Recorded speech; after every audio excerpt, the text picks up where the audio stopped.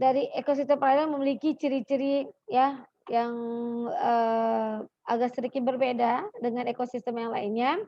Nah, di sini dia bersifat kontinental, kemudian, lebih luas dan lebih dalam dibandingkan dengan ekosistem yang lainnya. Kemudian juga dia asin, ya. Jadi di sini asin kategorinya itu karena memiliki salinitas yang paling tinggi, di antara, dari kesemua, ekosistem. Nah, kemudian juga dia memiliki arus dan gelombang. Jadi kalau kita lihat kalau kita, main ke pantai atau main ke laut ya, kita akan lihat bagaimana, arus dan gelombang yang dihasilkan, di laut ya. Kemudian juga punya kawasan pasang surut. Nah, kalau misalnya di perairan, tawar kan tidak ada, pasang surutnya, kemudian, dihuni oleh organisme baik plankton, newton maupun, bentos ya. Jadi kita akan lihat, berbagai jenis, spesies atau biota yang memiliki ciri khas dari, ekosistem, laut ini. Nah, jadi, oke, nah sebelumnya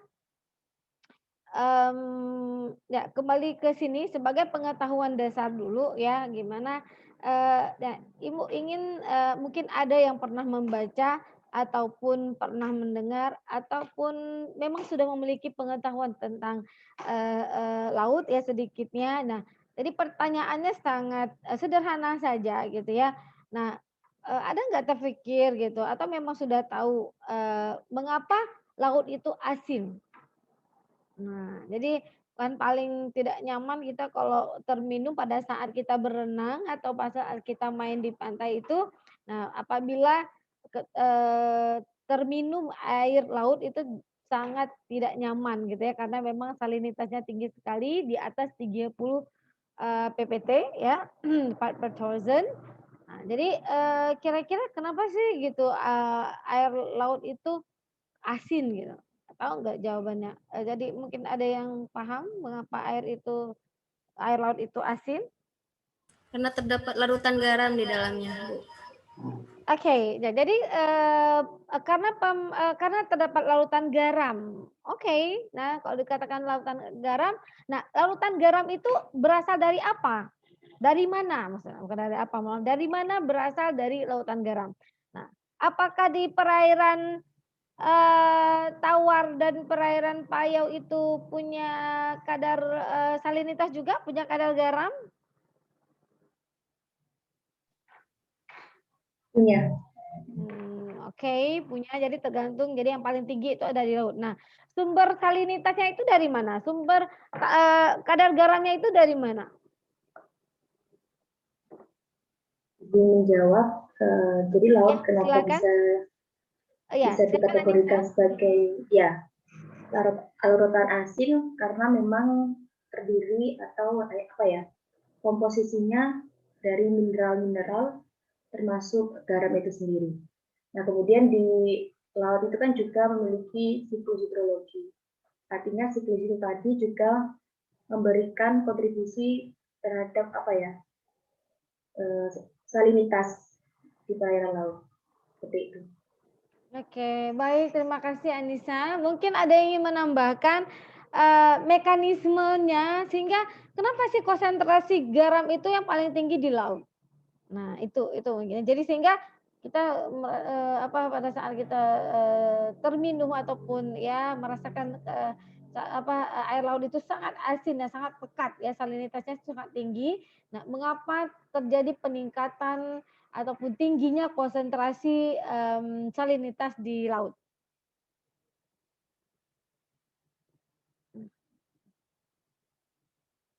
Ada yang ingin menambahkan? Mungkin saya izin menambahkan Bu. Silakan. Mungkin garam-garam mineral dari tanah itu terlarut dalam air yang dimana air selalu mengalir dari yang atas ke yang rendah hingga berujung ke laut. Nah, jadi berkumpulnya garam-garam mineral dari sungai dari manapun itu yang terlarut di air tuh berkumpulnya di laut. Jadi kadar garam di laut menjadi lebih tinggi daripada air tawar maupun yang lain. Mungkin seperti itu. Ya, bagus sekali. Jadi sudah dilengkapi juga oleh Syarizal ya, kalau nggak salah ya Ibu ya tadi ya. Ya dari UNES ya, Syarizal ya. Ya, oke, baik. Terima kasih Syarizal sudah melengkapi tadi pernyataan dari Anissa. Ya, benar sekali. Jadi kenapa salinitas di laut itu lebih tinggi? Nah, itu tadi karena mineral, jadi garam-garam itu banyak terkandung di bebatuan. Jadi pada saat ya untuk yang tadi mungkin Anissa juga sudah sempat menyinggung masalah hidrologi. Jadi pada siklus air, nah itu kan pada saat hujan kemudian air itu otomatis ya bersentuh, jadi air itu akan membawa mineral-mineral yang ada di darat menuju kan akhir pelepasan air itu adalah di laut. Makanya semakin hari semakin tinggi kadar salinitas di laut. Nah, kemudian juga mineral yang ada ya di dalam lapisan bumi. Nah, itu juga dengan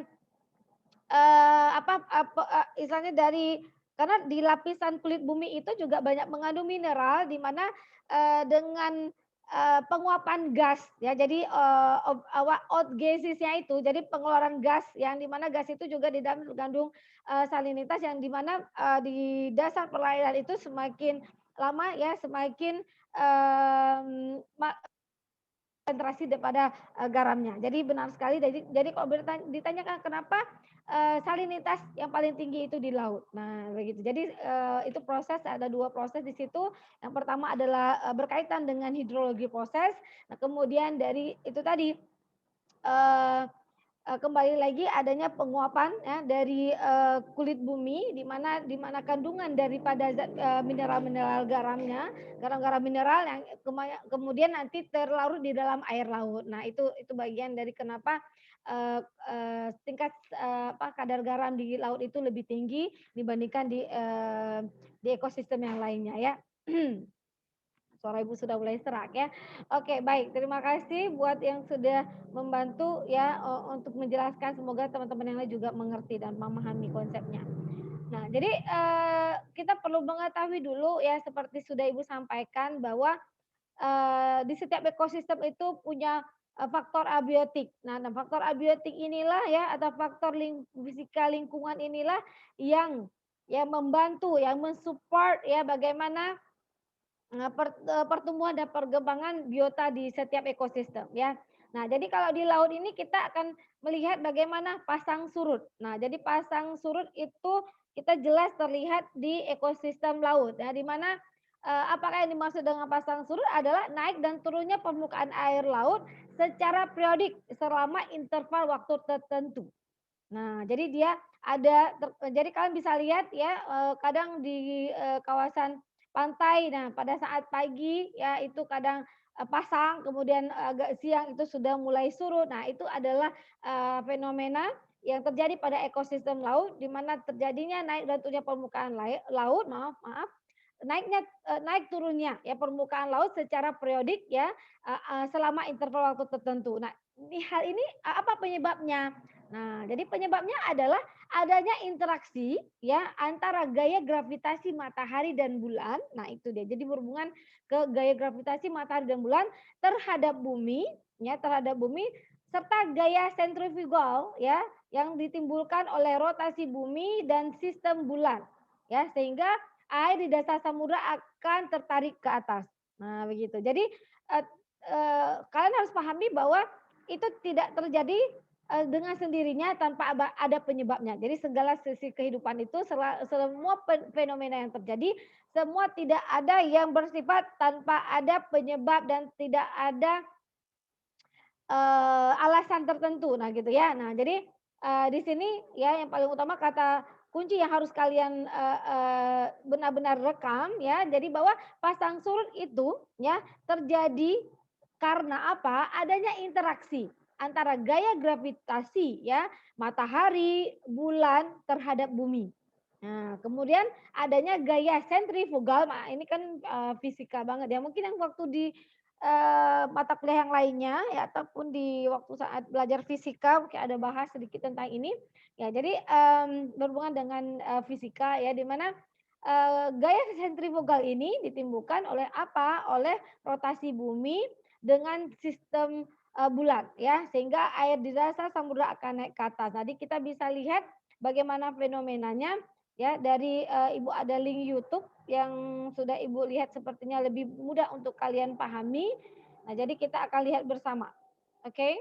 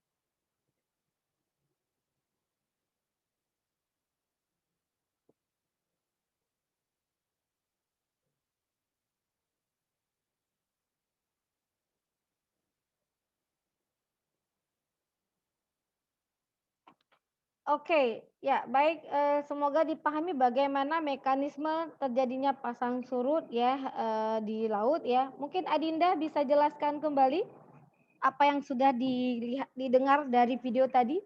Silakan Adinda.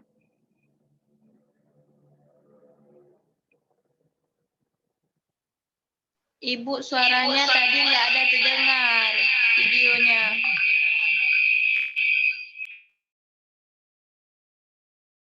Apakah semua tidak mendengar apa, suara dari video tadi?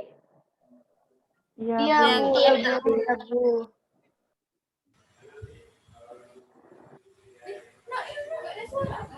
Yang suara musik tadi kedengeran nggak?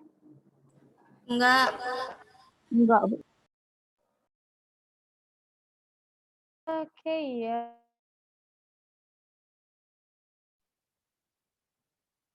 Kenapa ya?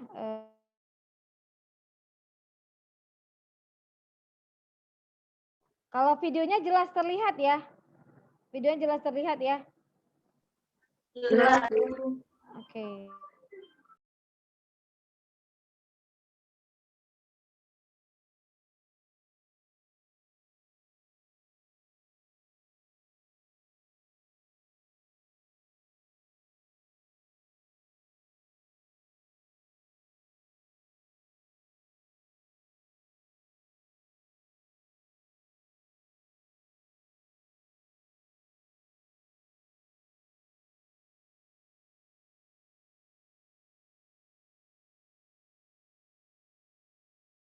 Ibu, mohon maaf, Ibu mute.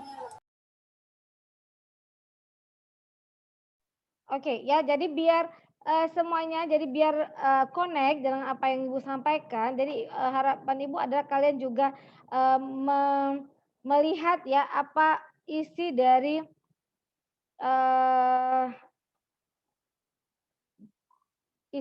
linknya. Bentar ya, Ibu copy ke grup aja dulu. Sorry, ini kayaknya. Nah. Oke. Nah, tolong dilihat ya barang 5 menit ya.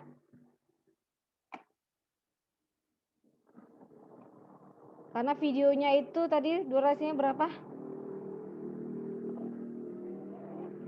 Dari durasi videonya lebih kurang 4 menit ya. Oh no, ya 4 sampai 5 menit ya. Silakan ya untuk masing-masing kalian lihat di grup. Ibu sudah share untuk linknya untuk mengenai pasang surut air laut ya biar memahami. Mungkin kalau ini sudah paham alhamdulillah, tapi Ibu khawatir tidak semua dari kalian paham. Ya, jadi Ibu berikan waktu 5 menit untuk melihat ya videonya ini secara langsung, boleh di-off-kan kameranya. Mungkin kalian butuh HP untuk bisa lihat kembali ya.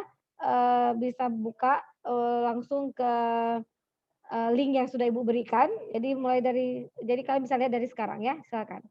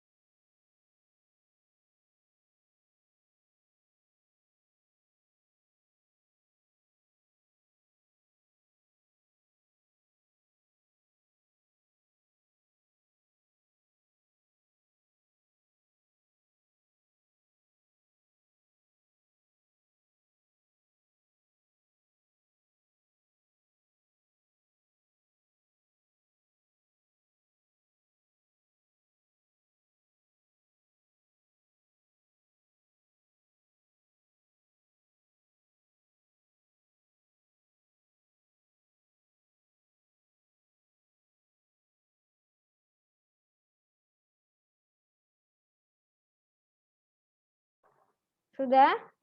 Sudah dilihat videonya semuanya? Oke, silakan Dinda. Tadi Ibu sudah tunjukkan orangnya. Dinda, coba bisa dijelaskan kembali apa yang sudah dilihat?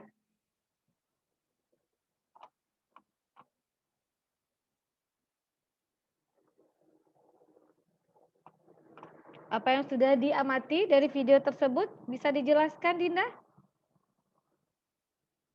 Bu, Adinda mana? Adinda Eka Fitria.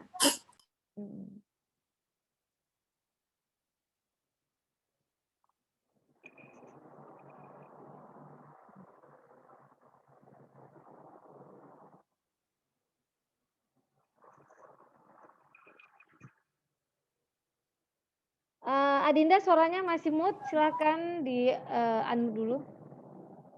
Jadi karena adanya gravitasi bulan dan gravitasi bumi, Bu.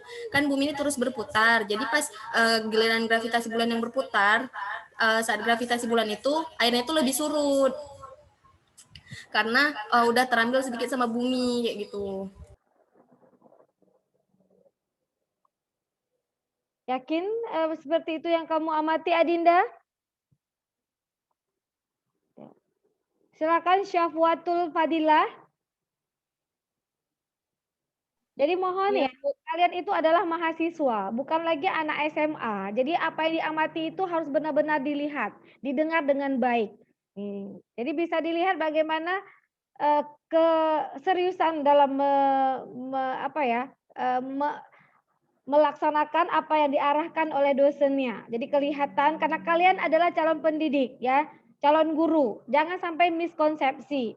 Nah, ini baru saja sangat dengan jelas ya itu diberikan penjelasan dan sangat detail dan sangat apalagi ada analoginya sehingga sangat mudah kalian pahami ya. Oke, silakan Syafwatul. Jadi Bu, pasang surut ini dia dipengaruhi karena gravitasi bulan sama gravitasi bumi. Jadi kan bumi ketika bulan berada di salah satu permukaan bumi, maka akan mengurangi dari gravitasi bumi, sedangkan gravitasi bumi ini kan lebih besar. Tapi kalau misalnya permukaan bumi yang berhadapan dengan bulan, maka gravitasinya akan lebih rendah, sedangkan permukaan yang di bawahnya itu lebih tinggi gaya gravitasinya, sehingga dia itu menekan yang bagian bawah bumi itu airnya akan surut, sedangkan pada bagian atas, pada yang ada bulannya, akan terjadi pasang karena ditekan dari gaya gravitasi bumi yang di bawah yang lebih besar, Bu. Ya, oke, bagus ya Pak. Sebentar ya, Ibu.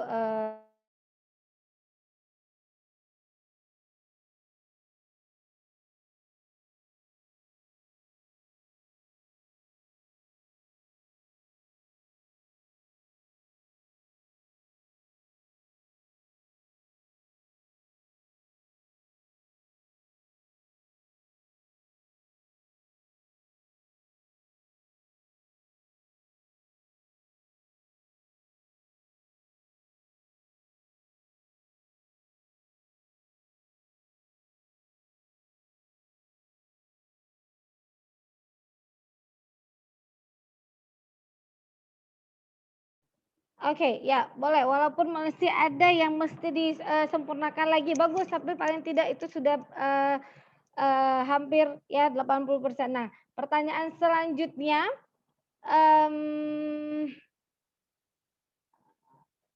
oke, ya jadi punya alasan dong ya kenapa di kolam ya, kemudian di sungai itu tidak mengalami pasang surut ya. Coba Ernita Istiqomariah dari UNES, silakan.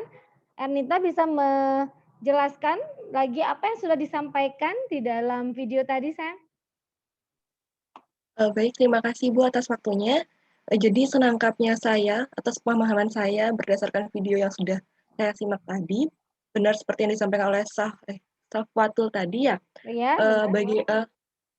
Ketika posisi, bentar Bu. Jadi pada bumi itu memiliki gaya gravitasi yang merata di seluruh permukaan bumi begitu. Ketika posisi bulan dan bumi ini sejajar atau di sisi yang lain begitu ya. Jadi ada salah satu sisi yang gaya gravitasi bumi ini dikurangi oleh gaya gravitasi bulan, sehingga gaya gravitasi bumi di sisi tersebut tidak sebesar atau tidak sama rata pada sisi yang lain begitu. Kemudian kenapa air pada gelas, pada kolam atau pada tadi yang disampaikan apa seperti sungai atau waduk itu tidak berkurang, itu dikarenakan air yang berada pada gelas itu pada sisi bumi yang lain begitu Bu. Jadi tidak mengikuti atau tidak terpengaruh adanya gravitasi bulan tadi seperti itu. Mungkin seperti itu Bu. Terima kasih. Oke, baik. Terima kasih Ernita. Jadi sebenarnya intinya ya ada tadi dari Syafwatul tadi sama Ernita tadi sudah mengarah.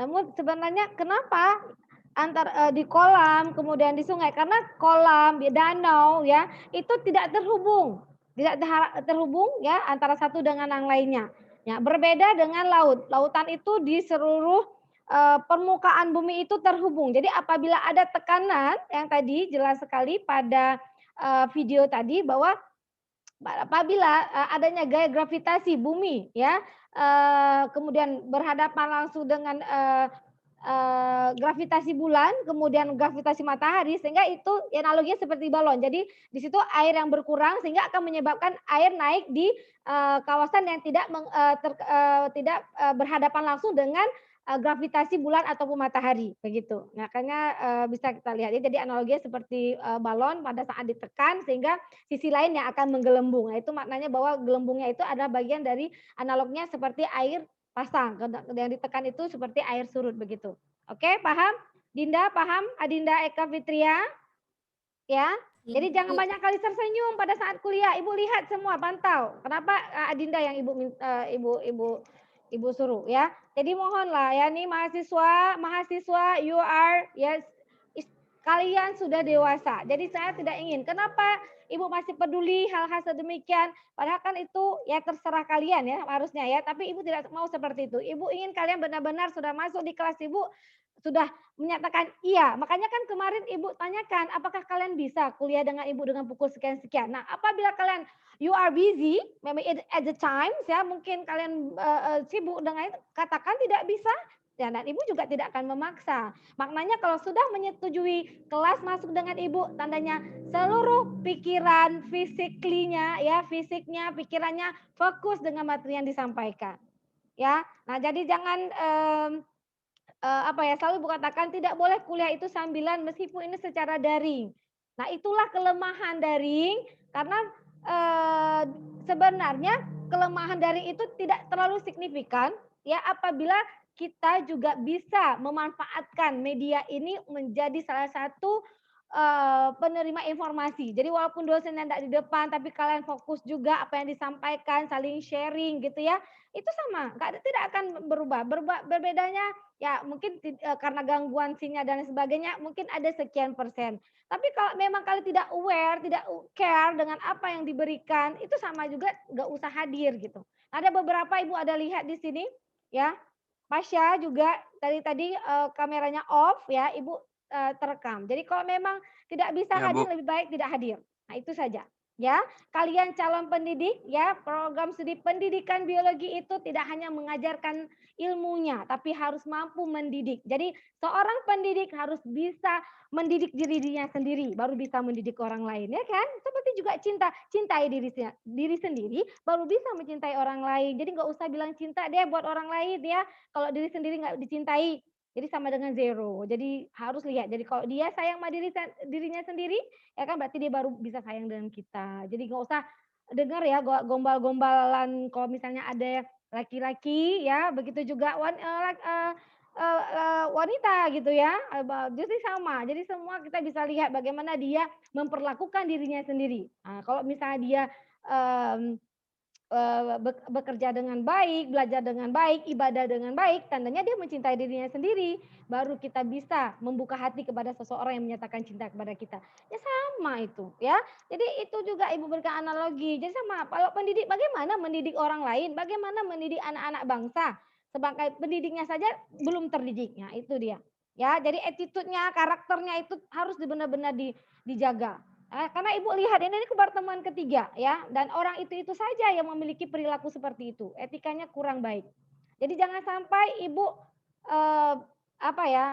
jadi bad mood memberikan materi karena melihat perilaku-perilaku kalian di kamera, makanya semuanya harus on kan kamera.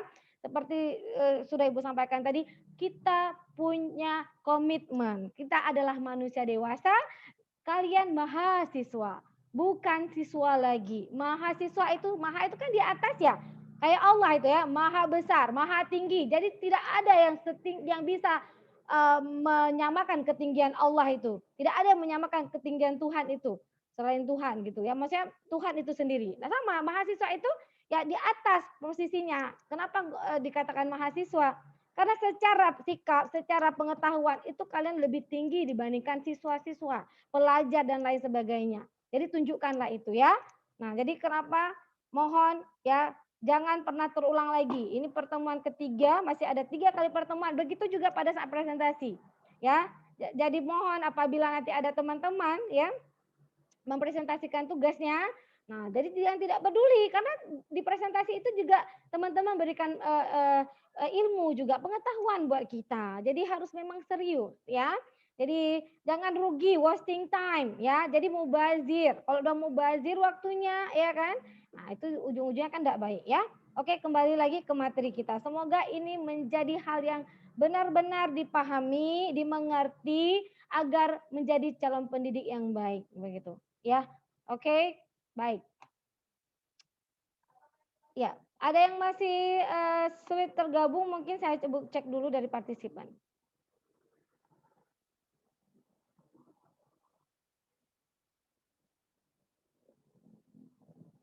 Baik, nah kita lanjut ya, berarti sudah sedikit paham mengenai bagaimana, jadi jangan lagi bingung kenapa ada pasang surut di laut gitu ya. Nah, kita kembali ke slide kita. Nah, sampai di sini. Nah, di dalam slide juga dijelaskan sebenarnya. Tapi kalau dengan video sehingga mungkin lebih mudah untuk memahaminya ya. Ya, jadi pada lautan, nah itu terjadi 2 kali ya pasang naik dan 2 kali surut. Nah, itu ada istilahnya ya, ada istilah. Jadi ada 2 kali air surut. Nah, disebut dengan pasang tipe semi diurnal. Semi diurnal, di mana apabila di lautan itu terjadi 2 kali pasang naik, 2 kali air surut. Nah, kemudian ada juga pasang surutnya itu terdiri dari 1 pasang naik dan 1 pasang surut yang disebut dengan pasang surut diurnal. Nah, kemudian apabila ya di suatu lautan itu kadang terjadi pasang surut diurnal dan kadang pasang surut semi diurnal, maka disebut dengan pasang surut campuran. Nah, begitu ya. Nah, jadi ada pembagiannya. Nah, pada ketinggian pasang air laut itu sangat bervariasi pada hari ke hari. Jadi tergantung dia mengikuti posisi relatif antara matahari dan bulan terhadap bumi. Ya, jadi prinsip yang tadi, ya kan? Karena kan terus berputar ya, bumi terus berputar. Nah, pada saat bulan dan matahari terletak sejajar terhadap bumi, maka gaya keduanya akan bergabung ya sehingga menyebabkan terjadinya pasang dengan kisaran terbesar ya, pasang pada kisaran terbesar baik naik maupun turun. Disebut dengan pasang purnama. Nah, pada saat matahari dan bumi membentuk sudut siku-siku terhadap bumi, maka gaya tarik bulan dan matahari terhadap bumi saling melemahkan. Ya, sehingga terjadi kisaran pasang yang minimum atau disebut dengan pasang perbani. Nah, bumi tidak tegak lurus ya, dan orbitnya mengelilingi matahari, tetapi membentuk sudut kemiringan 23,5 derajat dari garis vertikal. Ya, akibatnya apa? Selama bumi berputar pada porosnya, bagian-bagian di permukaan bumi mengalami ketinggian pasang surut yang berbeda-beda. Ya, ketinggian pasang surut juga mengalami perbedaan disebabkan oleh apa? Karena adanya perubahan relatif letak bulan terhadap bumi dalam orbitnya mengelilingi bumi. Jadi sudah paham. Jadi di sini orbit bulan tidak bulat ya, melainkan elips ya. Mungkin kalian sudah pahami di fisika. Maka pada waktu-waktu tertentu bulan itu lebih dekat ke bumi, ya disebut dengan perigi, dan waktu lainnya bulan lebih jauh dari bumi, disebut dengan apogi, ya.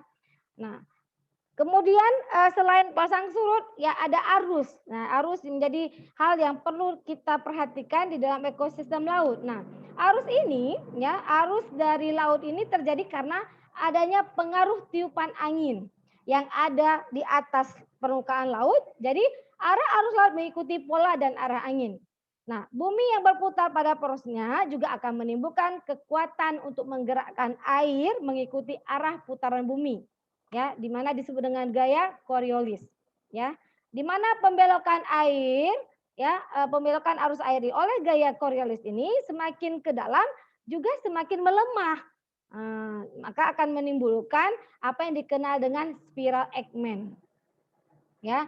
Kemudian di sini air laut juga dapat terjadi karena adanya perbedaan suhu, ya. Baik suhu air baik secara vertikal maupun secara horizontal, ya. Dari vertikal maupun horizontal, ya. Kemudian juga tinggi permukaan laut dan juga adanya pasang surut. Nah, ini penyebab terjadinya arus laut, ya. Nah, di sini adanya perbedaan suhu masa air dan terjadinya pembuyaran arus permukaan atau disebut dengan divergensi itu menyebabkan terjadinya upwelling, ya. Nah, kemudian juga sebaliknya, ya, itu convergent atau pemusatan arus permukaan menyebabkan terjadinya downwelling, ya, tenggelamnya masa air ke permukaan. Nah, itu jadi artinya upwelling dan downwelling itu maka akan terjadinya perubahan pada arus. Nah, kemudian gelombang, ya. Nah, kemudian pada gelombang terjadi karena adanya alih energi, ya, dari angin ke permukaan laut. Ya, jadi gelombang air laut terjadi karena adanya alih energi dari angin ke permukaan laut pada saat tertentu disebabkan oleh gempa di dasar laut. Nah, jadi gelombang air, ya. Nah, jadi gelombang merambat ke segala arah, membawa energinya yang kemudian dilepaskan ke pantai dalam bentuk hempasan ombak.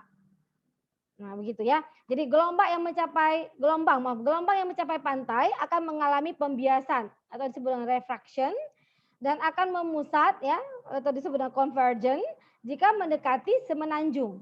Nah, begitu juga akan menyebar atau divergent jika menemui cekungan.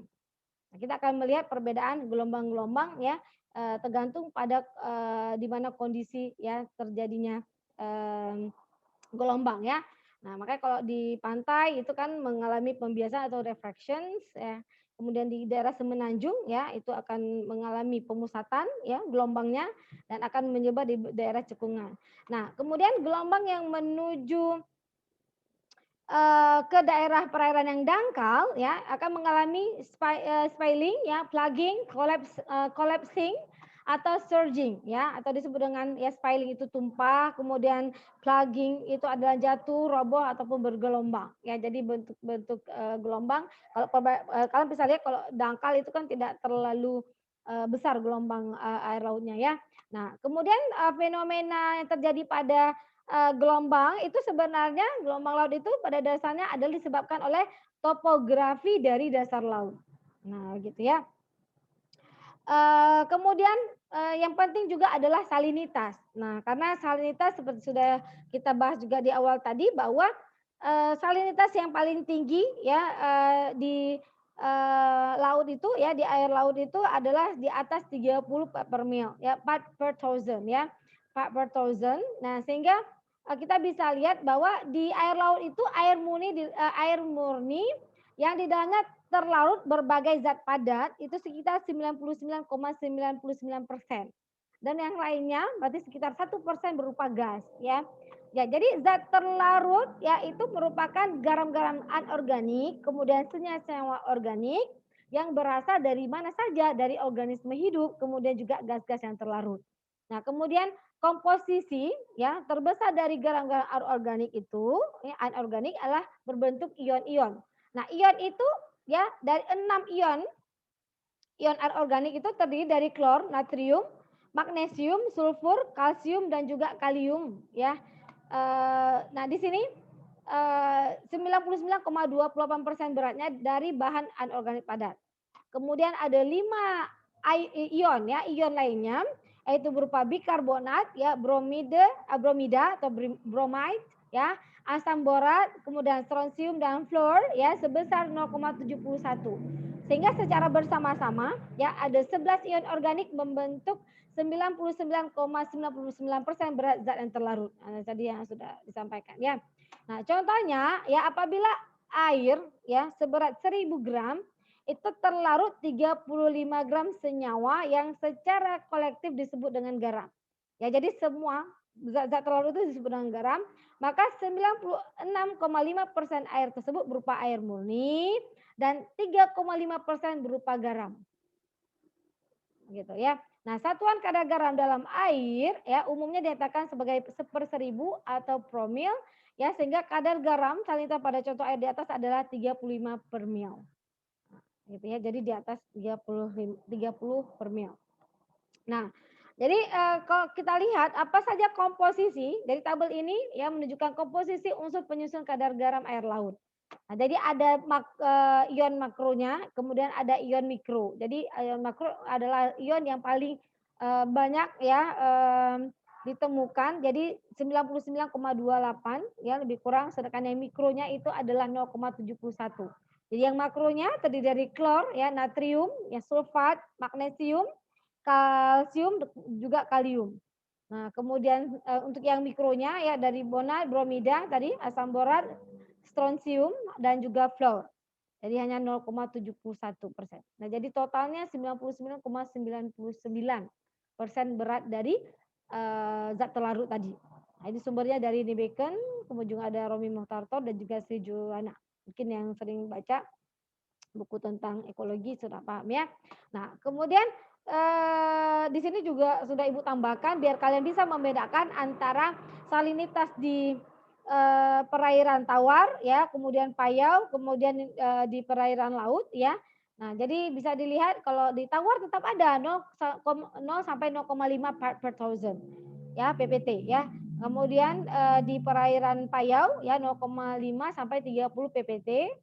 Nah, kemudian di perairan laut ya 30 PPT. Nah, jadi bisa dilihat paling banyaknya itu adalah di perairan air laut ya. Nah, jadi pengukuran ya kadar salinitas dapat dilakukan hanya dengan cara mengukur satu ion saja. Misalnya ya konsentrasi klor dengan salinometer, alat yang digunakan ya. Kemudian atau daya konduktivitasnya atau daya hantar listriknya atau DHL atau dengan indeks refraktif ya, kita menggunakan refraktometer. Jadi sehingga kita bisa mengetahui berapa kadar salinitas di air ya. Nah, kemudian kita lanjutkan ya. Jadi sebanyak 0,01% dari zat terlarut dalam air laut terdapat beberapa garam anorganik ya, nitrat, fosfat dan silikon dioksida yang memiliki arti yang sangat penting bagi kehidupan organisme. Nah, contoh seperti nitrat dan fosfor ya atau fosfor. Nah, kemarin kan kita sudah bahas masalah di faktor pembatas. Ini yang sangat dibutuhkan oleh tumbuhan untuk apa? Untuk melakukan fotosintesis. Nah, sedangkan SiO2 ya diperlukan oleh diatom dan radiolaria untuk membentuk cangkang. Nah, begitu ya. Nah, kemudian di sini ya berbeda dengan unsur-unsur sebelumnya, perbandingan fosfat, nitrat dan SiO2 dengan unsur atau ion yang lain tidak konstan dan cenderung kurang tersedia di air permukaan. Jadi sangat bervariasi sebagai akibat dari biologi. Jadi biologi itu ya tadi proses fotosintesis, kemudian respirasi sel. Jadi kemudian mikroorganisme dan lain sebagainya. Nah, ini akan menyebabkan ketersediaan dari fosfat, nitrat dan lain sebagainya itu berbeda dan tidak konstan. Nah, tidak konstan di dalam air ya. Nah, kemudian sehingga seperti Ibu sampaikan tadi bahwa dengan adanya ingat kata kunci tidak konstan ya kemarin ya bahwa semua komponen abiotik itu adalah faktor pembatas pada sebuah ekosistem. Namun bagaimana pada kondisi yang bagaimana? Pada kondisi yang tidak konstan. Nah, maknanya bahwa pada kondisi ketersediaannya itu terbatas ya. Kalau konstan itu kan menetap. Ya, jadi kalau tidak konstan berarti dia tidak menetap. Aslinya jumlahnya itu berubah-berubah gitu ya. Nah, sehingga itu menjadi faktor pembatas bagi produk. Kalau di sini kan kalau untuk nitrat dan fosfor ada produktivitas primer ya. Nah, kemudian zat lain ya seperti kobalt, mangan, besi dan tembaga, dia meskipun dalam jumlah yang sangat terbatas ya, tetapi dalam ekosistem perairan laut tidak menjadi faktor pembatas bagi kehidupan organisme. Nah, begitu. Jadi tergantung dari kebutuhan dari setiap ekosistem, dari setiap komponen dari ekosistem itu, dalam artian di sini adalah komponen biotiknya ya. Jadi di sini adalah tumbuhan dan hewan ya. Nah, di sini kadar salinitas ya dalam perairan memiliki arti yang sangat penting ya bagi sifat-sifat air dan memiliki implikasi yang besar terhadap kehidupan. Ya, menurut D. Bacon ya kerapatan air murni terjadi pada suhu 4 derajat Celcius ya. Kerapatan air terus meningkat sampai pada titik beku. Ya, air yang mengandung garam, nah ingat ya, air mengandung garam, titik bekunya akan lebih rendah dari air murni yang merupakan cerminan dari fungsi kadar garam. Nah, jadi air laut yang bersalinitas ya 35 per mil memiliki titik beku minus 1,9 derajat Celcius. Nah, terjadinya pembekuan, kerapatan menurun sehingga es terapung. Jadi arti penting dari kenaikan kerapatan di bawah 4 derajat Celcius adalah air permukaan yang dingin dan berat dan mengandung oksigen terlarut yang tinggi dapat terbentuk dan tenggelam ke dasar laut. Jadi ini sangat kita lihat bagaimana di kawasan yang apabila yang subtropis ya. Nah, perlu diketahui bahwa kelarutan gas-gas dalam air adalah fungsi dari suhu. Nah, ini penting untuk kalian pahami bahwa penurunan suhu akan diikuti oleh kenaikan daya larut gas-gas, oksigen, dan juga karbon dioksida dalam air. Sehingga semakin dingin suhu air, maka semakin banyak oksigen yang dikandungnya. Ingat ya, ini kata kuncinya. Ya, semakin dingin suhu air maka semakin banyak semakin banyak kandungan oksigennya. Sehingga kenapa semakin dalam itu ya, karena kan semakin dingin ya, makin ke dalam kan suhunya semakin dingin ya dalam permukaan air ya. Nah, dalam permukaan. Nah, ke dalam air, kedalaman air semakin ke dalam itu suhunya semakin rendah sehingga kandungan oksigennya itu juga lebih banyak. Jadi meskipun ya dia tidak ditembusi oleh cahaya matahari kan dia makin ke dalam ya, laut itu semakin ke dalam otomatis kan tidak bisa ditembusi oleh cahaya matahari. Nah, oleh karena itu tidak akan terjadinya fotosintesis. Nah, bagaimana suplai oksigen untuk di kedalaman? Jadi karena dia tadi suhunya rendah ya sehingga kandungan oksigennya juga tinggi sehingga tidak akan mengalami keterbatasan oksigen di dalam laut dalam begitu ya.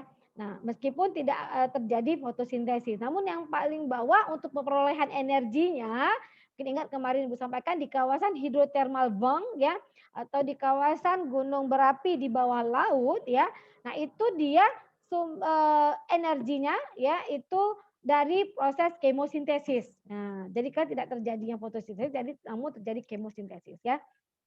Nah, kemudian pada suhu 0 derajat Celcius air laut dengan salinitas 35 per mil itu belum beku. Ya, jadi mengandung 8 ppm oksigen. Sedangkan pada suhu 20 derajat Celcius dengan salinitas yang sama ya, dengan salinitas yang sama ya, air laut hanya mengandung 5,4 ppm oksigen. Jadi air yang kaya oksigen ini akan tenggelam ke dasar laut. Jadi dia akan jadi kan akan ada proses pengadukan air juga. Jadi air itu akan menuju ke dasar laut ya. Ya, jadi kondisi seperti itulah yang menyebabkan ekosistem laut dalam gelap gulita atau di dalam dasar laut itu sepanjang waktu tidak pernah anoksik. Ya, anoksik artinya bahwa kekurangan oksigen gitu. Nah, itu tidak akan mungkin kekurangan oksigen. Nah, dan selalu tersedia oksigen untuk kebutuhan organisme laut dalam yang terbatas jumlahnya. Jadi dia makin ke dalam karena juga tekanan. Jadi kan makin ke dalam kan tekanan semakin besar ya. Nah, jadi juga spesies hewan yang hidup di dasar laut, kemudian apalagi di laut dalam itu juga terbatas. Jadi tidak semuanya ya hidup sehingga bisa mengakomodir oksigen yang ada itu bisa mengakomodir biota-biota yang ada di laut dalam tersebut gitu. Nah, jadi kalau misalnya kita bahas mengenai, nah minggu ini tidak kita bahas mengenai produktivitas ekosistem perairan laut ya. Jadi ekosistem produktivitas ekosistem laut. Nah, itu kan tetap sama kok konsepnya bahwa energi yang paling banyak itu akan kita lihat adalah dari produsen. Ingat ya, jadi piramida energi, piramida makanan itu kan ada 3 ya, piramida energi, piramida jumlah, kemudian ada piramida biomasa. Itu berarti balik ya, mau piramida jumlah dulu, kemudian piramida energi, kemudian piramida jumlah, piramida biomasa, kemudian piramida energi. Ada 3 jenis piramida. Nah, jadi kita lihat ya bentuknya piramida tetap produsen ya di paling bawah. Produsen itu memiliki energi yang paling besar. Nah, kemudian ya energi itu akan ditransfer ke konsumen tingkat 1, konsumen tingkat 2, konsumen tingkat akhir gitu ya, atau konsumen tersier. Nah, jadi kan bentuknya seperti piramid ya. Jadi energi makin ke atas itu makin sedikit. Begitu ya konsepnya ya. Oke, nah kemudian kita lanjutkan. Untuk ya kita sudah membahas, jadi itu tadi hal yang cukup penting ya untuk kita pahami faktor kimia fisika dari laut ya, karena yang lainnya itu jarang sekali seperti Ibu Sarah sampaikan minggu yang lalu bahwa laut ini kan sangat luas ya, jadi sehingga dia tidak terlalu mengalami fluktuatif ya untuk faktor pH ya itu tidak terlalu berubah ya, jadi sehingga tidak menjadi faktor pembatas ya, jadi kemudian faktor kalau yang komponen-komponen yang lainnya, nah itu abiotik yang lainnya, makanya kalau misalnya kalau untuk penelitian ya untuk melihat ekosistem laut, nah itu yang paling utama adalah salinitas. Nah itu pun salinitasnya karena kan terkadang pada pembagian zonasi itu kan adalah litoral ya, kemudian bagian pelagik ya. Nah itu ada perbedaan salinitas. Tapi karena kita tetap mengukur salinitas ya, tapi kalau misalnya hanya melihat kawasan di ekosistem laut, sebenarnya salinitas itu bukan hal yang menjadi faktor pembatas karena memang dia jelas gitu ya. Nah, memang dan tidak terjadi fluktuatif. Nah, kemudian tidak ada mengalami perubahan dari salinitasnya. Nah, jadi perubahannya pun tidak ada, pasti ada apabila kalau adanya perubahan iklim. Nah, itu pasti ada ya. Namun tidak terlalu signifikan gitu ya. Nah, kemudian untuk faktor-faktor yang lain juga, jadi kalau kita lihat dari faktor abiotiknya itu cenderung stabil. Kalau dari secara horizontal ya. Namun secara vertikal, nah itu kembali lagi secara vertikal. Jadi ingat ya, kalau kita bicara vertikal, horizontal, ya harapan Ibu kan tidak bingung lagi. Kalau vertikal berarti dari permukaan ke dasar. Nah, kalau horizontal ya itu dia ke arah sisi kiri dan kanan ya. Jadi kalau perbedaan ya terlalu berbeda untuk komponen abiotiknya ya untuk secara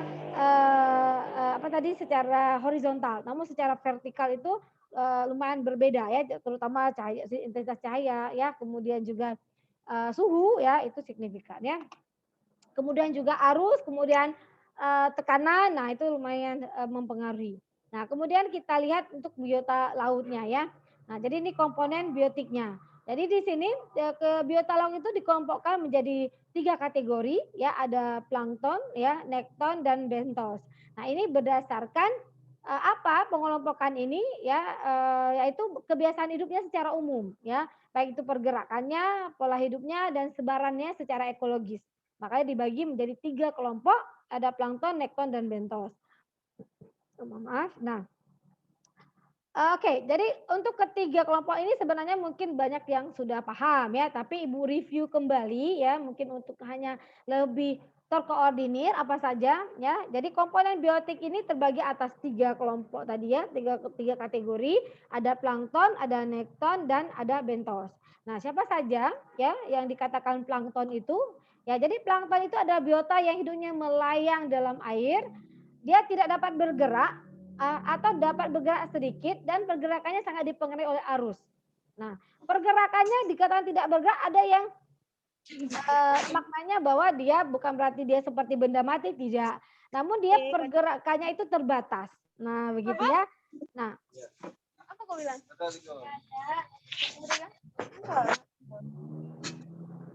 Oke, Devi Noviana, silakan coba dijelaskan kembali kepada Ibu, ya.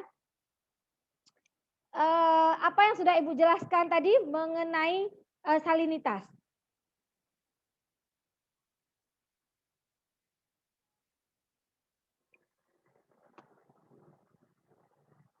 Silakan yang Ibu panggilkan nama tadi. Jadi mengenai salinitas itu Bu terhadap air laut, itu untuk air tawarnya itu sendiri salinitasnya itu 0 sampai 0,5 ppt. Kemudian untuk air payau itu salinitasnya 0,5 sampai 30 ppt. Sedangkan untuk air laut itu sendiri lebih dari 30 ppt untuk salinitasnya. Oke, ya, lebih dari 30 apa?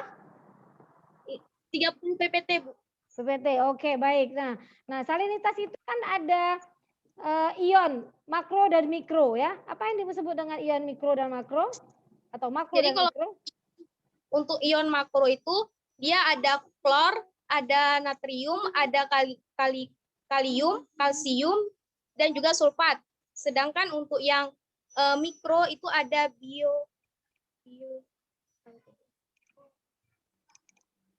untuk yang ion mikro itu ada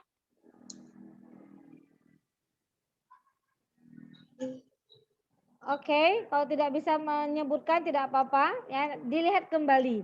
Nah, perbedaan makro dan mikro itu apa? Kenapa disebut ion makro kemudian disebut dengan ion mikro? kalau ion mikro itu ion yang memang dalam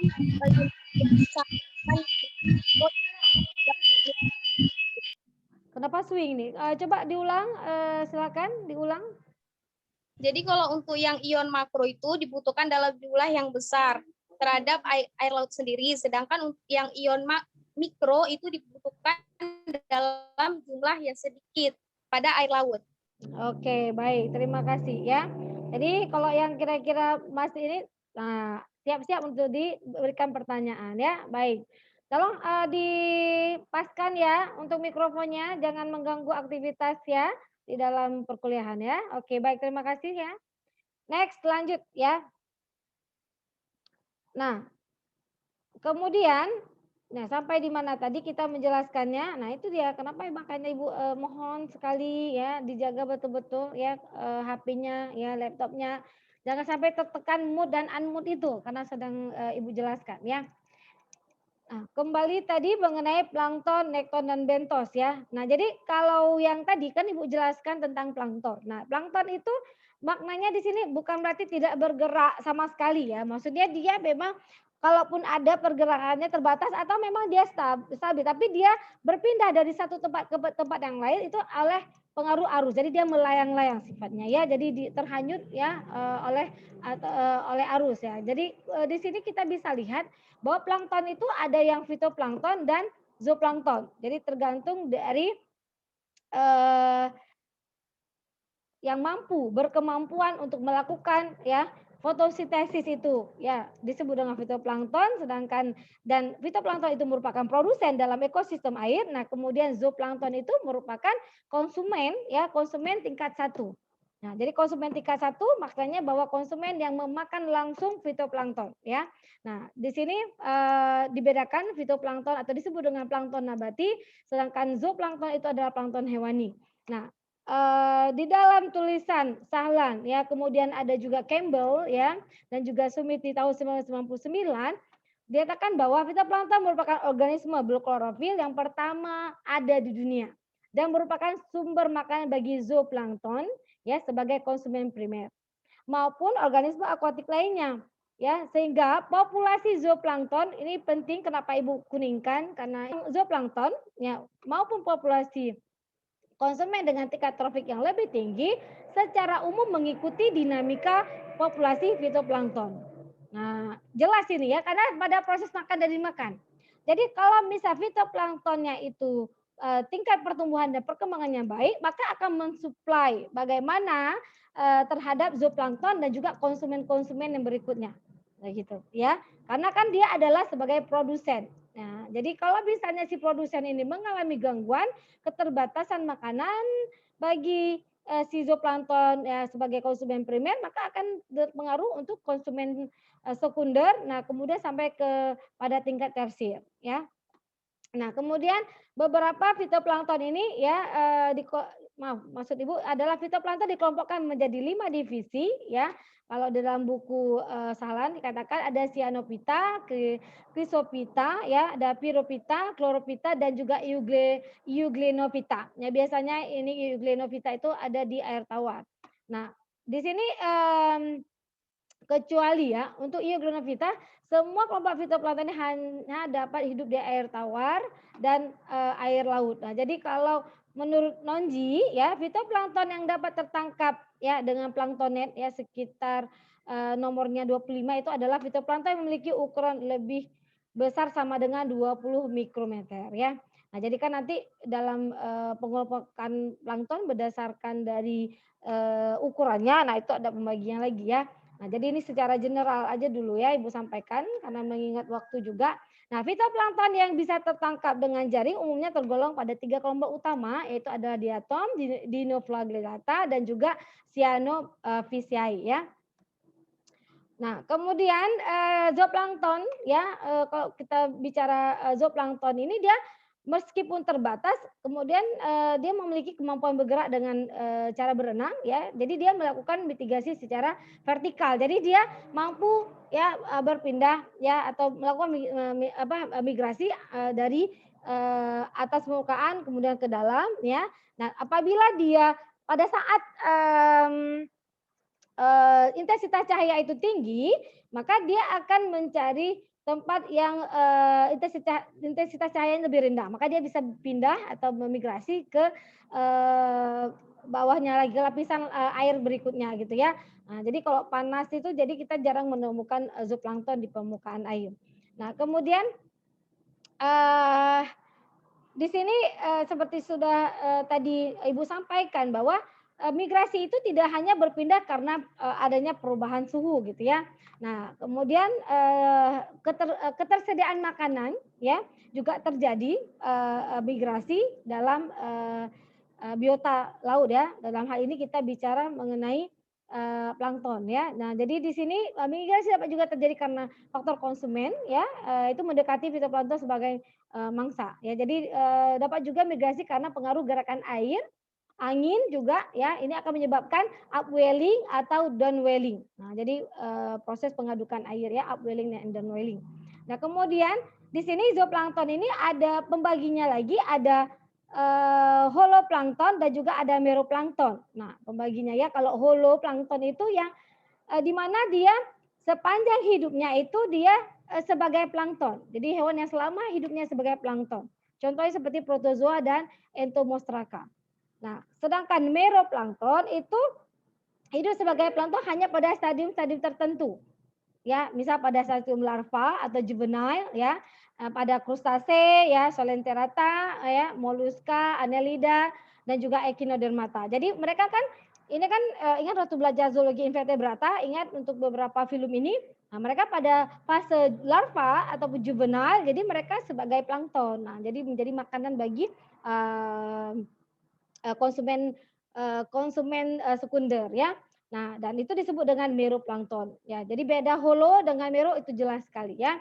Nah, jadi kalau protozoa, nah ini sekilas saja ya bagi mengulang nanti pembagian. Nah, ini Ibu selalu sampaikan ya, itu kita kalau dalam pengklasifikasian itu ingat, jadi semakin hari akan semakin berkembang kemajuan teknologi, nanti dasar pengklasifikasiannya itu akan membedakan pembagi-pembagi dalam kelompok-kelompok hewan ini.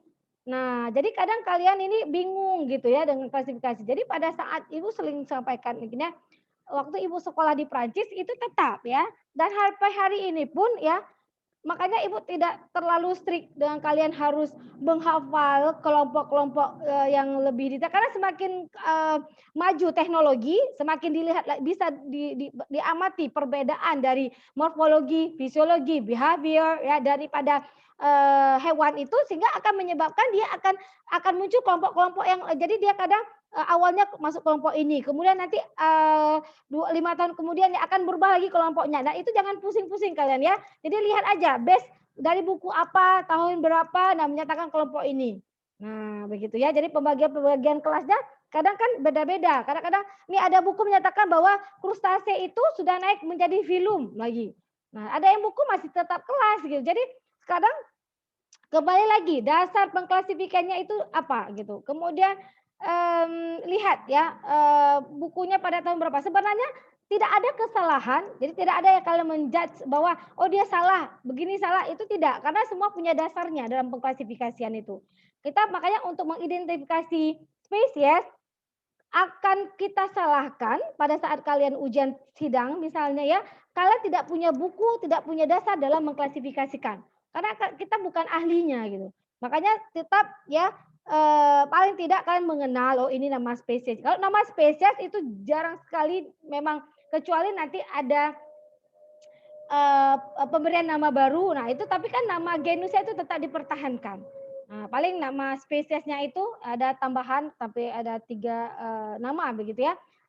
Jadi trinomial kadang ya kalau untuk ada pada saat pemberian nama terbaru kadang kan dilihat ya makin hari mungkin oh ini perlu ada perubahan nama tapi genusnya rata-rata tidak dirubah. Jadi kalau spesies itu jarang sekali memang tetap dari dulu kecuali ada spesies baru, nah itu memang beri nama ya nama baru gitu ya. Nah tapi kalau spesies yang sudah ditemukan sampai hari ini namanya tetap sama begitu. Nah jadi kembali lagi tadi sedikit sekilas Ibu agak lari ke penamaan, untuk klasifikasi jangan bingung karena pada saat kalian mengklasifikasi spesies ya, mengidentifikasi spesies setelah kalian mengidentifikasi karena kan harus mengklasifikasikannya, dia masuk ke kelompok apa gitu ya.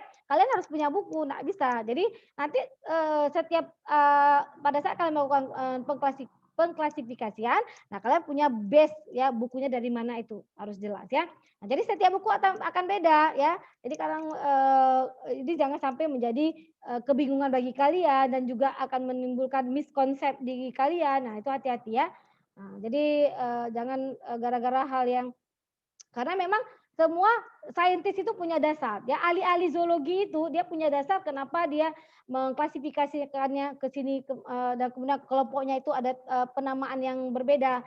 Nah, karena itu dia kemajuan teknologi ya, perkembangan ilmu. Nah, itu akan memberikan warna tersendiri dari tahun ke tahun adanya perubahan dari kelas-kelasnya ya. Nah, kalau ini secara general saja yang kalian sudah pernah tahu bahwa untuk protozoa itu ada rhizopoda, ada ciliata, flagellata dan sporozoa ya. Nah, di sini rhizopoda ya merupakan zooplankton yang punya arti penting ya tidak hanya di laut tapi juga di air tawar. Nah, di sini juga dia merupakan makanan bagi ikan dan juga hewan avertebrata atau invertebrata. Untuk ordonya ya seperti Amobina ya, kemudian Foraminifera, Radiolaria dan Heliozoa. Nah, ini paling sering kalian lihat ya mereka adalah menjadi makanan utama ya bagi beberapa ikan ya. Nah, jadi salah satu spesies zooplankton yang punya peranan sangat penting dalam ekosistem perairan adalah krustase ya di mana ada 2 golongan besar yaitu si Entomostraka dan juga ada Malacostraka. Nah, di sini bisa dilihat ada stadium larva dari Malacostraka yaitu seperti Nopleus ya, Zoea, kemudian Mysis dan Juvenile merupakan meroplankton. Nah, sedangkan Entomostraka itu zooplankton sejati baik di perairan tawar maupun di laut. Jadi termasuk dalam kelompok ini ya adalah Cladocera, ya ada Ostracoda ya atau Ostracoda, Copepoda ya itu sering kalian lihat ya. Kemudian ada Cirripedia juga ada. Nah, jadi Copepoda juga ya ini merupakan zooplankton mendominasi ekosistem perairan ya. Dengan populasi itu bisa mencapai 70 sampai 90%. Nah, dia termasuk ya selektif konsumen ya menurut Meadow and Campbell tahun 1993. Nah, kemudian ini adalah gambar-gambar ya dari foto ya plankton dari di ekosistem laut ya. Jadi ini bisa kalian lihat ya. Di sini adalah zooplankton. Bisa lihat beberapa spesiesnya ya. Jadi kalian bisa lihat nanti sendiri. Nah, kemudian untuk bentos, nah jadi jangan bingung lagi apa yang disebut dengan bentos. Nah, jadi semua biota yang hidup menempel, merayap, yang membuat liang di dasar perairan ya, mulai dari litoral sampai dengan laut dalam atau disebut dengan hadal. Nah, itu disebut dengan bentos ya, dia yang menempel ya, baik itu dia merayap ya, kemudian juga membuat liang. Nah, itu adalah bentos. Nah, kemudian bentos ini kalian bisa lihat ya jenis-jenisnya ya, ada yang contoh untuk yang membuat liang ya, kemudian yang merayap contoh seperti kepiting, lobster. Nah, itu kan masuk ke bentos ya. Siton ya, siton itu kan menempel dan juga kemampuan merayapnya juga ya, siton juga lumayan terbatas tapi dia juga merayap. Nah, kemudian juga ada yang membuat liang ya, jadi jenis ya kerang-kerangan ya seperti tiram ya, kemudian ada teritip ya, anemon dan lain sebagainya, bagian dari bentos.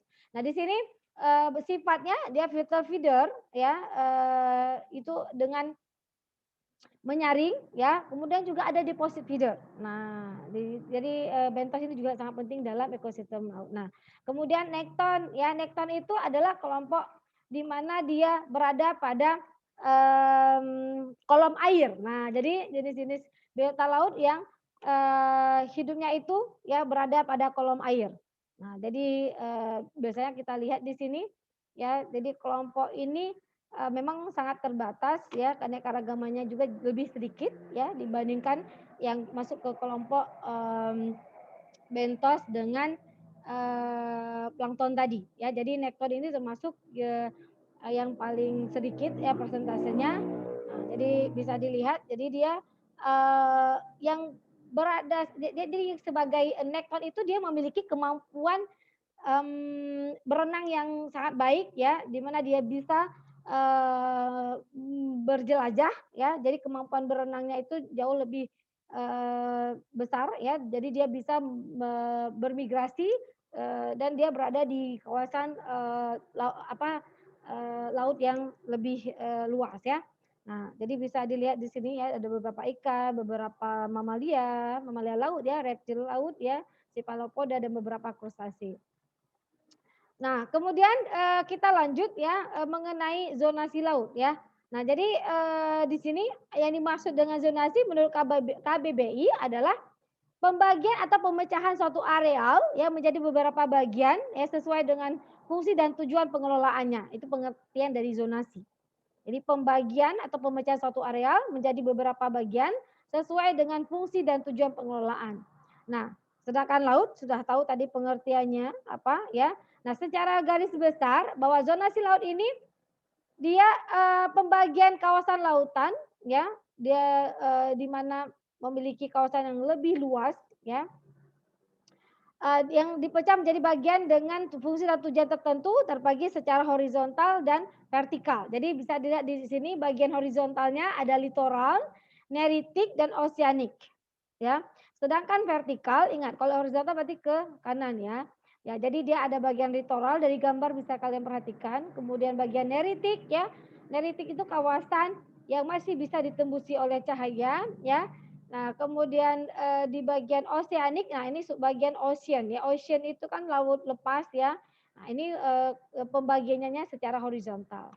Nah, kalau misalnya secara vertikal ya. Ini kan nah di sini kan ada pelagic province ya dan benthic province. Ingat ya, kalau pelagik kan dia lebih apa istilahnya, kalau pelagis itu dia berenang bebas gitu. Nah, begitu ya. Jadi kalau bentik itu ya identik dengan bentos ya. Jadi apa namanya?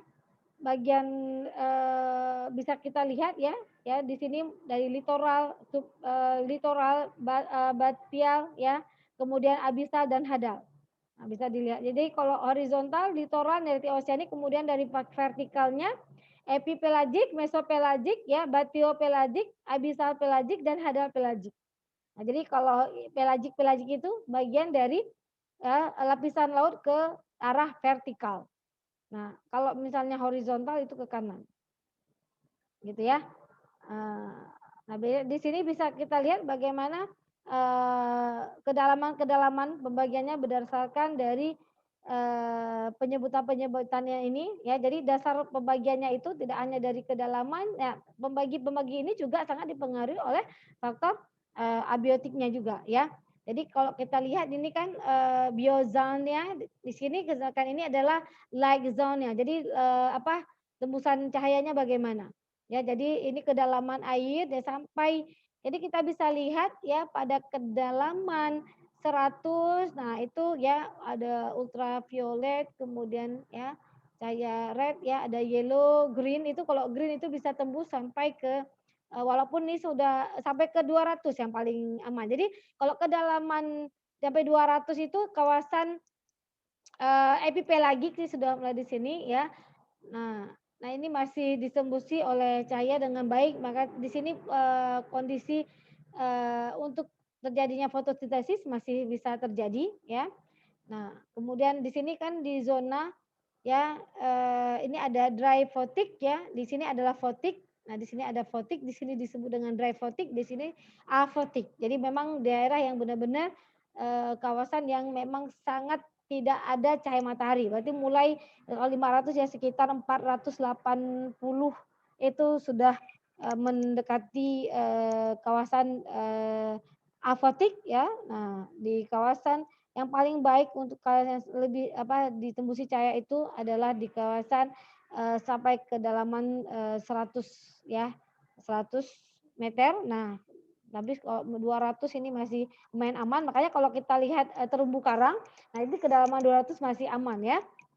Masih ada tapi lebih dari kedalaman 200 meter. Nah, itu kita tidak lagi menemukan terumbu karang ya, karena memang tidak bisa hidup karena kondisi tadi ya, suplai energinya itu tidak ada. Nah, kemudian jadi pembagian kawasan itu litoral ya, di mana zona yang berupa kawasan ya. Jadi ingat ya, ada zona litoral dan intertidal itu bagaimana menurut kalian? Apakah sama antara litoral dan intertidal? Istilah dua istilah itu. Jadi dalam penyebutannya itu jangan nanti kalian bingung. Apakah sama litoral dengan intertidal kira-kira?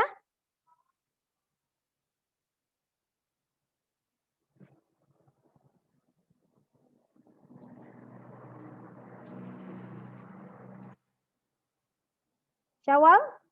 Syalwa Arsa, kira-kira sama nggak nak? Zona litoral dengan zona intertidal? Nanti jangankan nih Ya, Bu. intertidal. Ya, apakah sama Syawal? Syalwa, maaf Ibu salah. Syalwa, maaf. Syalwa ya. Apakah sama ya antara zona litoral dengan zona intertidal? Apakah sama?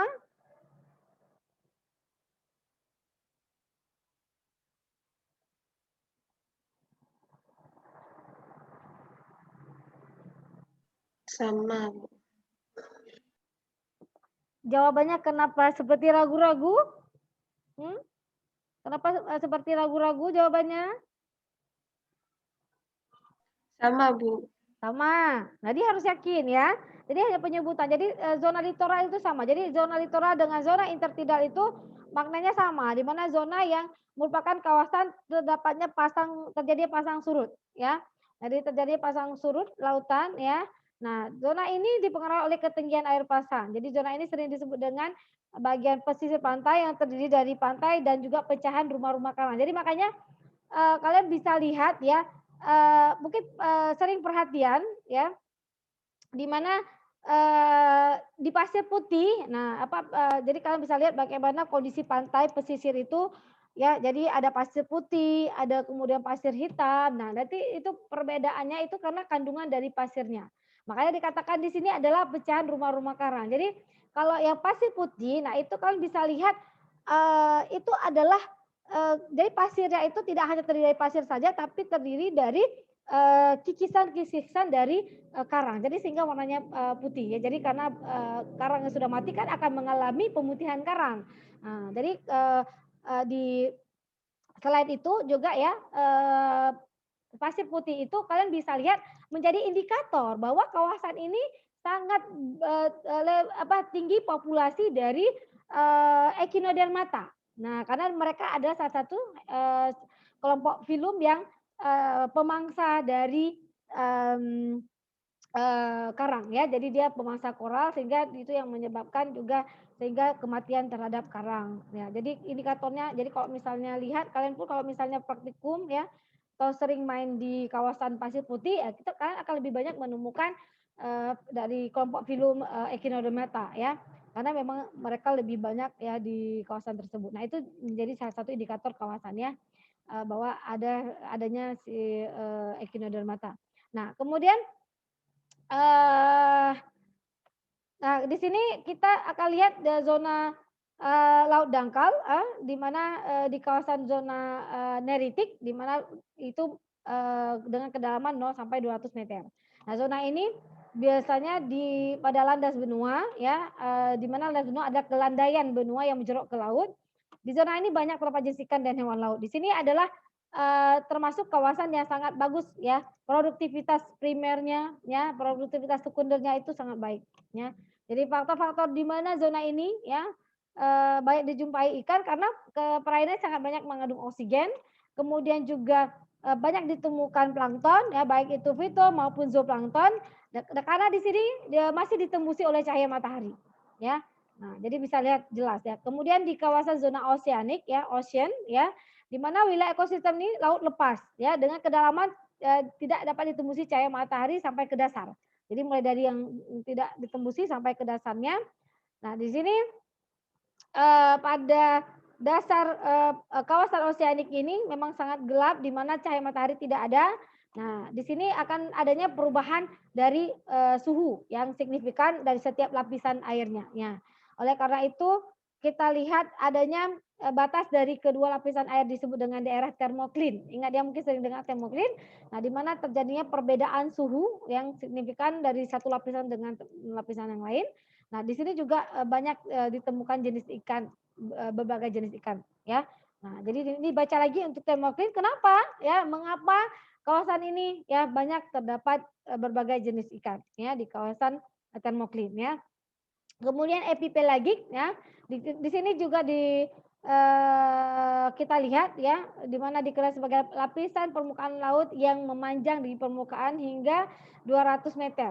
Ya, di sini juga dikenal zona sinar matahari karena di sini masih ditembusi oleh cahaya. Nah, sehingga menyebabkan suhunya juga agak lebih tinggi dibandingkan di zona yang lainnya. Kemudian mesopelagik ya, ini dari 200 meter hingga 1000 meter. Nah, zona mesopelagik ini kadang disebut dengan zona senja atau disebut dengan middle water ya, di mana cahaya ini sudah mulai redup. Nah, jadi di kedalaman ini lebih redup ya, cahaya lebih kurang. Nah, di sini biasanya kita temukan ya beberapa spesies bioluminescent ya bioluminescence ya contoh ikan toda ya cumi-cumi yang memberikan cahaya. Nah, kemudian di sini ada kawasan batiopelagik ya atau batipelagik di mana di sini juga dikatakan zona tengah malam atau zona gelap ya di mana dia mulai dari 1000 meter hingga 4000 meter. Nah, di sini adalah salah satu kawasan yang satu-satu cahayanya terlihat adalah ya apabila dihasilkan oleh hewan itu sendiri ya. Nah, di sini tekanan airnya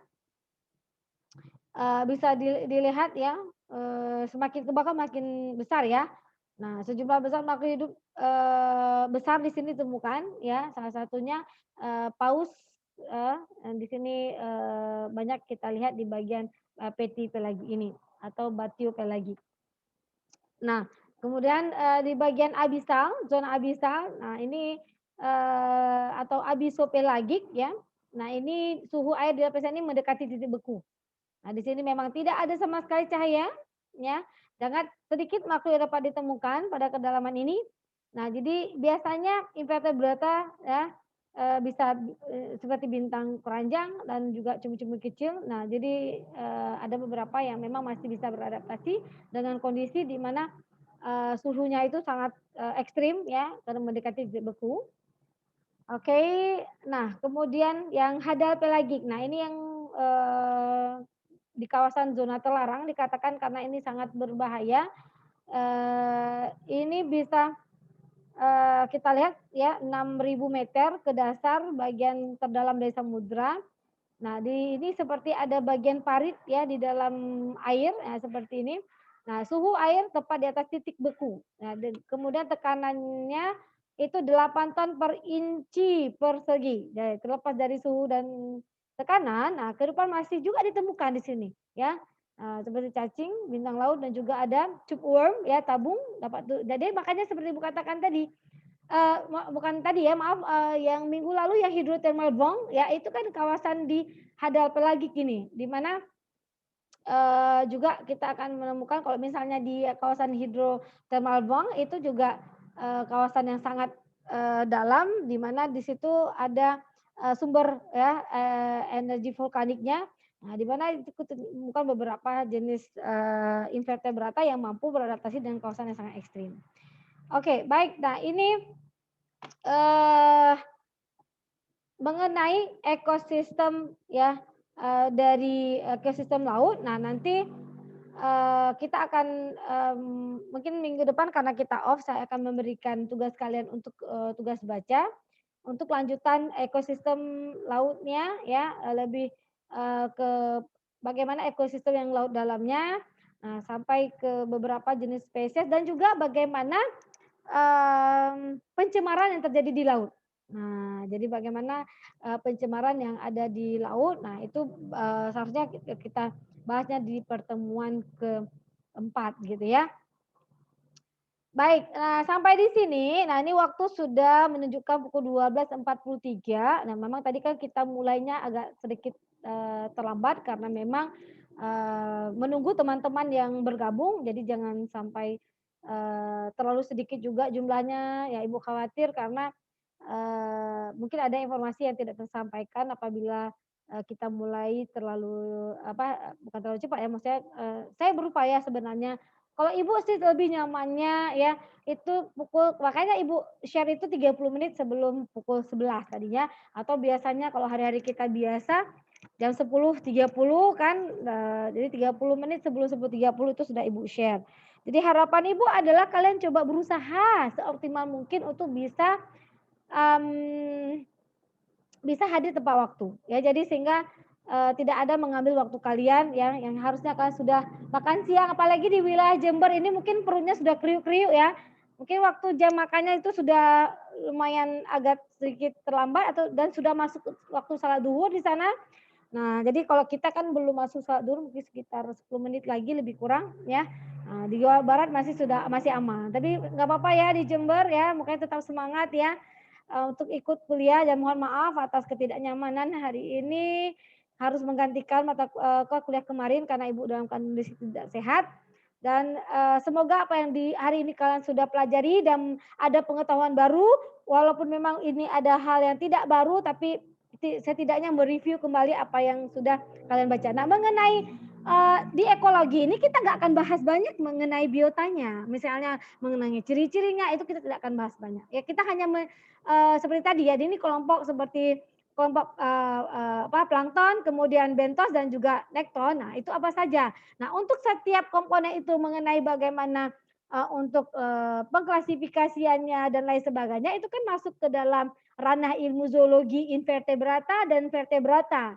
Nah, kalau mau tahu lebih jauh dengan itu, maka kalian harus baca buku kembali. Jadi kalau ekologi itu lebih ke hanya kita bahas ya itu tadi faktor abiotiknya bagaimana, kemudian nanti juga akan ada minggu depan ya mengenai laut dalam, kemudian juga bagaimana pencemarannya. Nah, kemudian nanti akan kita bahas mengenai adaptasinya, kemudian bagaimana interaksinya, itu juga ya.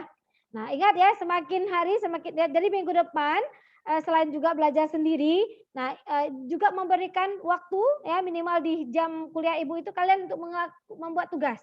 Ya, sudah bisa dicicil tugasnya ya, karena itu waktu semakin hari semakin berjalan terus ya, tidak tanpa terasa ya. Jadi apa ya, time flies so quick ya. Jadi sangat cepat berlalu ya. Jadi makanya ibarat ya waktu itu adalah seperti pedang, tajamnya seperti pedang ya, time is money ya, jangan sampai ada kerugian. Nah, makanya dikerjakan terus ya. Baik, sampai di sini ya.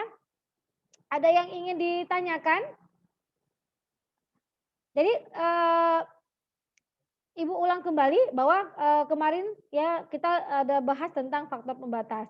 Nah, menurut kalian ya oksigen itu kalau di ekosistem laut apakah menjadi faktor pembatas Iya, atau tidak? iya menjadi faktor pembatas. Ya, kenapa Anissa? Tadi Anissa ya yang Karena menjawab ya? ya, karena kan kandungan oksigen di tiap zonanya itu berbeda. Maka biota laut pun yang ada di setiap zona juga memiliki batas toleransi oksigen yang berbeda, kebutuhan oksigen yang berbeda. Seperti itu, Bu. Oke, kalau menurut Anissa bahwa oksigen itu merupakan juga merupakan faktor pembatas di laut. Nah, ada nggak yang menanggapi ya pernyataan Anissa ya? Tadi iya Ibu itu bukan berarti ya mengiyakan sayang ya. Barusan tadi Ibu otomatis ya itu maksudnya ya Anissa untuk menjelaskan ya. Oke, baik itu menurut Anissa. Mungkin dari Unsia ya mau menambahkan. Di sini ada Ibu lihat ada siapa di sini ada ya Ibu panggilkan mungkin dari tadi mungkin ya.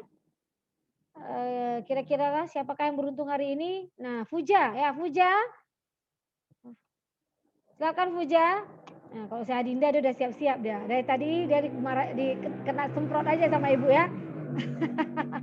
Ya Adinda ya, nggak apa-apa. Jadi artinya Adinda itu menjadi salah satu fokusnya Ibu selalu ya. Setiap minggu Adinda, nah, minggu depan jangan lagi Adinda ya. Nah, biar aman. Iya, oke ya.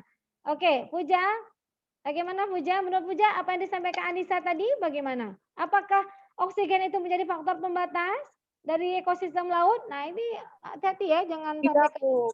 apa Puja? Iya, menjadi faktor terbatas dalam keadaan laut. Faktor pembatas di laut. Oke. Nah,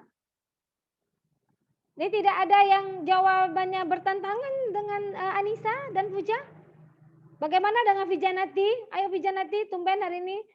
Ya biasanya Vijanati sering dia ya kalau diskusi, ya kan Janati?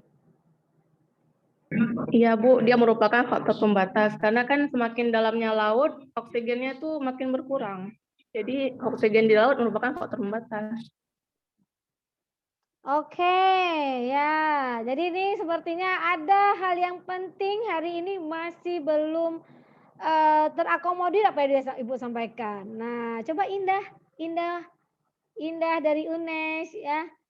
Dari UNES, Ibu selalu UNES ya sama Ya, Indah. Bu. Nah, gimana Indah? Kalau menurut Indah gimana? Ibu punya izin menjawab. Sebentar ya, Indah dulu ya Nak. Bentar Puja, ya Indah dulu ya. Gimana Indah?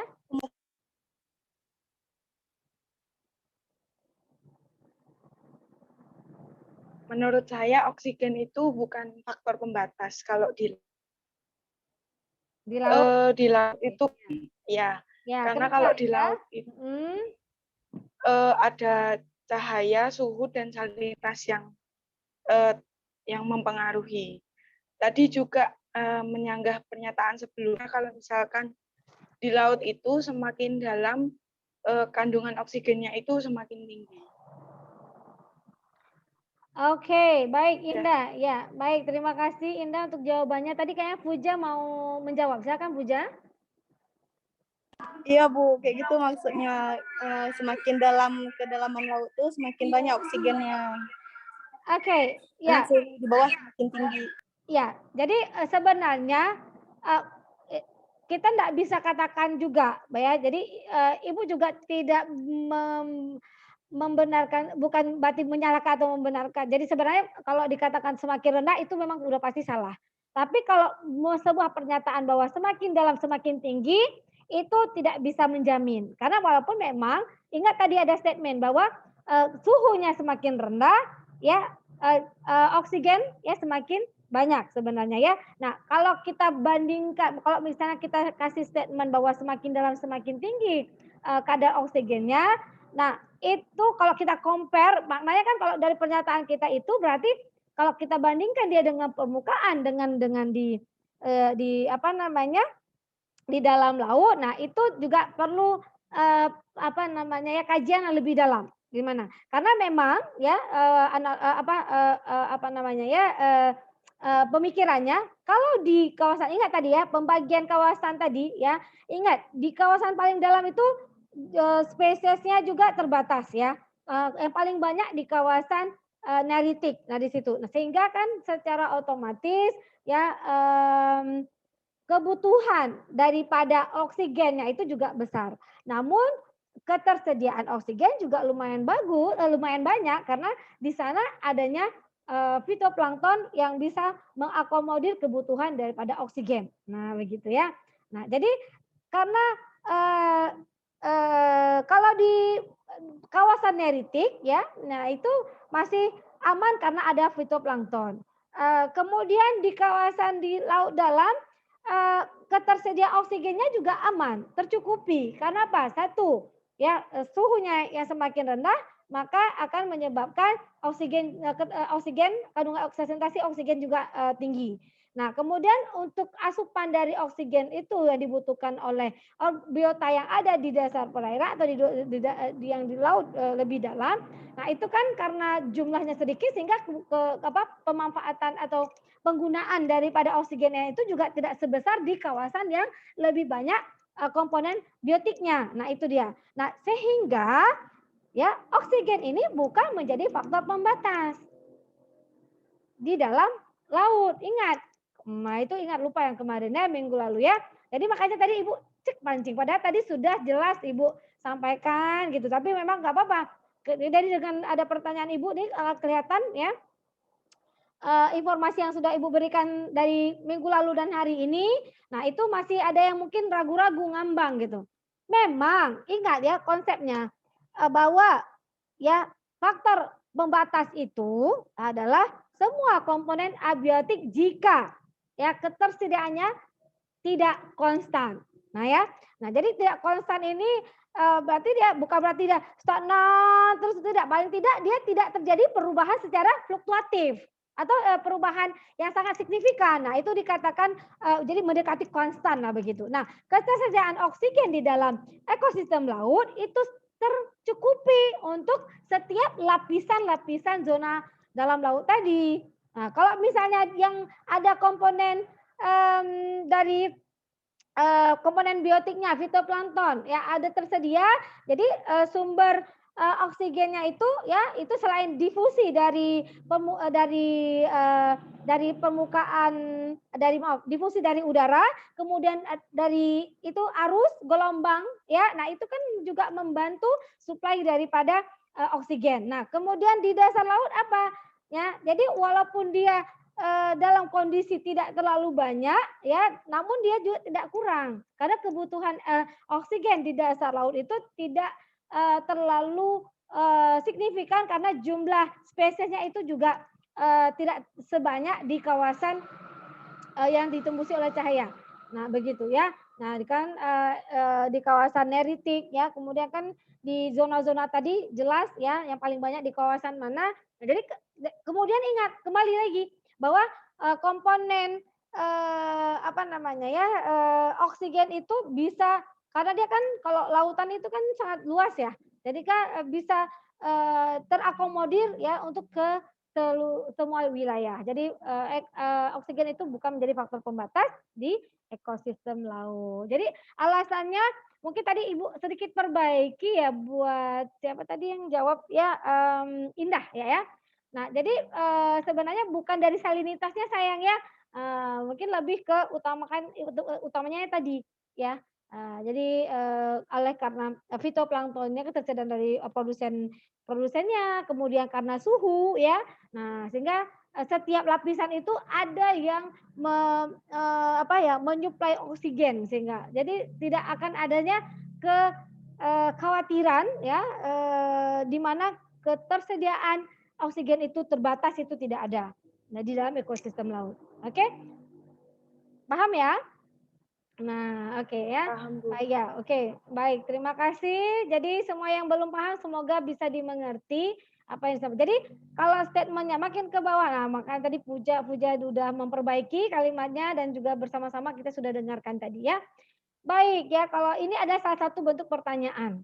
Nah, jadi mungkin Ibu nggak mungkin banyak mereview, mereview, cek and recheck ya pemahaman kalian dari awal sampai akhir karena memang keterbatasan waktu.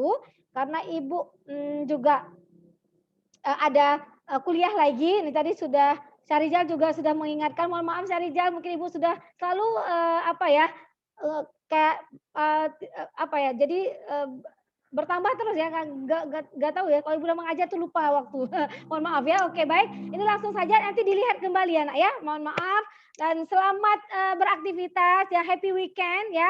Yang pastinya harus bahagia. Ya, mohon maaf mungkin ada salah kata-kata ataupun ada kekurangan selama Ibu perkuliahan dari pukul 11 tadi sampai sekarang. Nah, kalau ada pertanyaan boleh tanyakan, jangan pernah sungkan untuk bertanya ya. Itu saja dan Ibu juga ada kuliah lagi pukul 2. Terima kasih. Wabillahi taufiq wal hidayah. Assalamualaikum warahmatullahi wabarakatuh. Materi akan Ibu share di grup seperti biasa. Oke, ya. Terima kasih. Waalaikumsalam warahmatullahi wabarakatuh. Ya, sama-sama. Ibu N ya. Makasih, Bu. All okay. Thank you. Ya, leave meeting.